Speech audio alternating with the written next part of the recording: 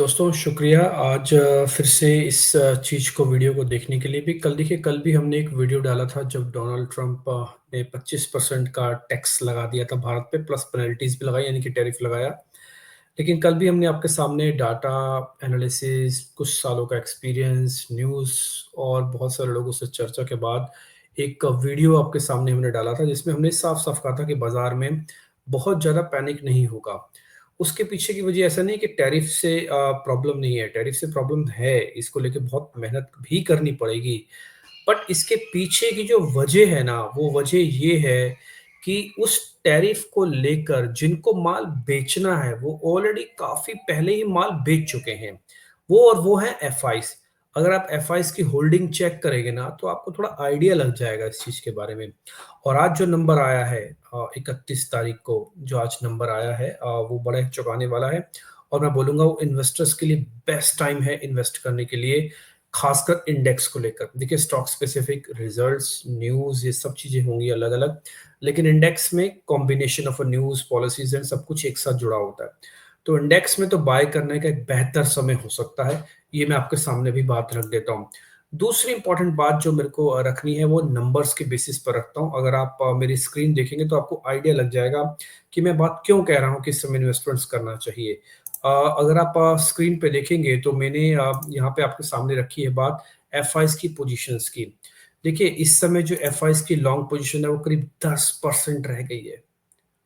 10% actually में तो 9 point something है, मैंने फिर भी राउंड फिगर करके इसको 10 किया है। शॉर्ट पोजीशंस ओनली 90% अब।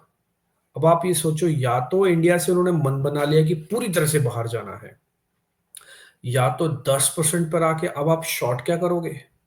आपके पास शॉर्ट करने के लिए कुछ नहीं है। आप या तो यहीं रुकोगे या तो यहाँ से कवर करोगे। आपको पता है ऑल टाइम लो जो एफआईज़ की होल्डिंग का है वो करीब 9 के आसपास का है और एक जो एवरेज बनती है, जो एफआईज़ की एवरेज बनती है टिपिकली जो वो अपना बॉटम बनाते हैं, खाली मैं एफआईज़ की थ्योरी बता रहा हूँ, उसमें करीब 12% के आसपास वो एवरेज पे रुक जाते हैं। अभी 10 का नंबर आया है। कहने का मेरे मतलब है, मैं अगर सब कुछ भूल जाऊँ, सारे कानों के आगे सब फ़िल्टर्स लगा दूँ और सिर्फ़ ये मानूँ कि एफआईज़ बहुत बड़ा रोल प्ले करते हैं बाज़ार के अंदर चलाने में, उसको टिकाने में, उसको गिराने में, तो उनकी होल्डिंग सिर्फ़ 10% लॉन्ग रह गई है और 90% अब शॉर्ट हो गए हैं वो। या तो इस शॉर्ट्स को कवर करने के लिए आएँगे, या तो इस अपनी लॉन्ग पोजीशंस को बढ़ाएँगे, जैसे आप मर्ज़ी समझ लीजिए। तो ये बहुत इम्पोर्टेंट डाटा है और ये काफ़ी दिनों बाद, मैं बोलूँगा काफ़ी महीनों बाद मेरे को ये डाटा फिर से देखने को मिला। एक बड़ा इवेंट ऑलरेडी जा चुका है, यानी कि 25% टैक्सेशन का, नेगोशिएशंस के रास्ते खुले हुए हैं। आई होप कि कुछ दिनों में नेगोशिएशंस हो जाएगा। हो सकता है कोई बड़ी बात नहीं है, 15 अगस्त से पहले यानी कि इंडिपेंडेंस डे से पहले-पहले ऐसी कोई बात निकल के आ जाए कि जिससे दोनों देशों का विन-विन फ़ॉर्मूला ढूँढ लिया जाए। फिर वही फ़ॉर्मूला डोनाल्ड ट्रंप आपको बताते हुए भी दिखेंगे, देखिए हमने बहुत बातचीत की, हमने विन-विन किया और हमने ऐसा करके फ़ॉर्मूला निकाला है। सॉर्ट ऑफ बड़ी पॉलिसीज़ पे भी बातचीत चल रही है, ऐसी मेरे को जानकारी मिली है। तो कहने का मेरा मतलब ये है कि इस समय इन्वेस्टर्स को, जो खासकर बाजार के अंदर है, अगर वो सारी चीजें भूल जाएं, सिर्फ ये याद रखें कि एफआईज का बहुत इंपॉर्टेंट रोल होता है, तो भारत के अंदर एफआईज अब ज्यादा शॉर्ट नहीं कर पाएंगे क्योंकि अपनी वो बिल्कुल लोअर लिमिट पे आ चुके हैं। इससे ज्यादा शॉर्टिंग नहीं होगी, या ये रुक सकते हैं यहाँ पे। ऐसा नहीं कि इससे ज्यादा शॉर्ट नहीं, मतलब ये बढ़ेंगे ऐसा नहीं, ये रुक सकते हैं और बढ़ेंगे, बस दो ही रास्ते हैं। अब शॉर्ट करने के ज्यादा रास्ते नहीं है। हमने दूसरी तरफ चेक किया कि एक्चुअली में डीआईस क्या कर रहे हैं, तो डीआईस में देखा 65% लॉन्ग है। पॉलिसी से पहले, पॉलिसी के बाद डीआईस की होल्डिंग में कोई मेजर बदलाव नहीं हुआ। इसका मतलब डीआईस इस पॉलिसी को लेकर अभी भी काफी आश्वस्त है, जो टैरिफ को लेकर आई है खबर, है ना? तो उसको लेकर कोई खास बड़ा उनके मन में ना डर, ना भयभीत हुए, ना ही कुछ हुए। और वैसे भी अगर आज का नंबर भी देखेंगे तो डीआईएस का नंबर वो करीब 6,000 करोड़ रुपए का प्लस का नंबर आया है और एफआईएस की नेट सेलिंग करीब 5,000 करोड़ रुपए की आई है फ्यूचर्स में। ठीक है, फिर हमने ये चेक किया और ये अब ये काफी अच्छी एब्जॉर्बिंग पावर भी है। देखो तीन चीजें मैं आपको क्लियर और भी कर देता हूँ इसके साथ में। 24,800 बहुत इंपॉर्टेंट बेस है, वहां पे एफआईएस 10% पे आ गए, डीआई 65% पे आ गए, फिक्स अभी थोड़ा कम है, फियर है नहीं मार्केट के अंदर ज्यादा।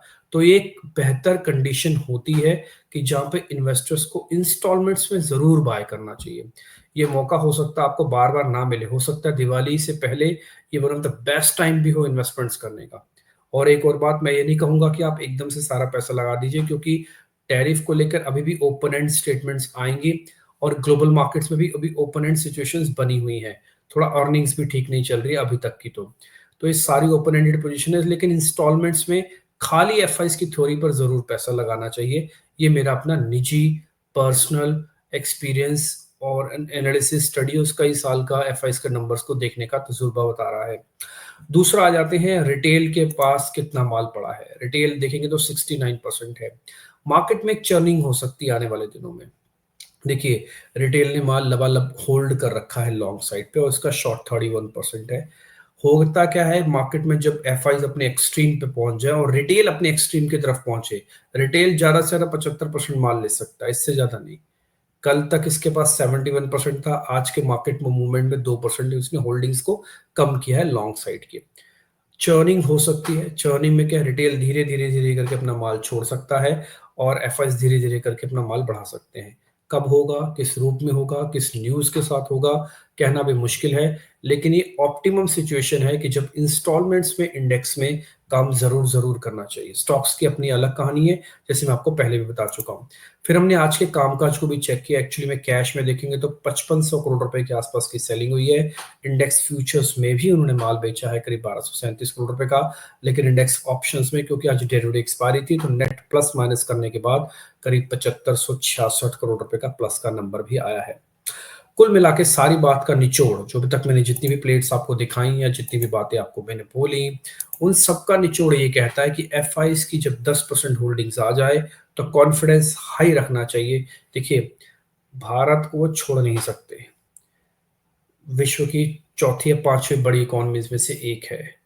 यूके के साथ एफटीए करने वाला पहला देश बन गया है।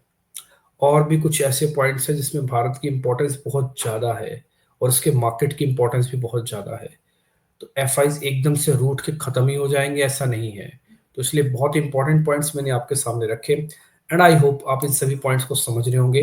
फिर भी अपने वित्तीय सलाहकार से एक बार आप सारी बात पूछ भी लीजिएगा और जान भी लीजिएगा, वो आपको थोड़ा गाइड भी कर देंगे। मेरे हिसाब से अब this is the best time जब इन्वेस्टर्स को धीरे धीरे करके मार्केट के अंदर कुछ कुछ इंस्टॉलमेंट्स में पैसा लगाना चाहिए। Thank you very much. Thank you very much.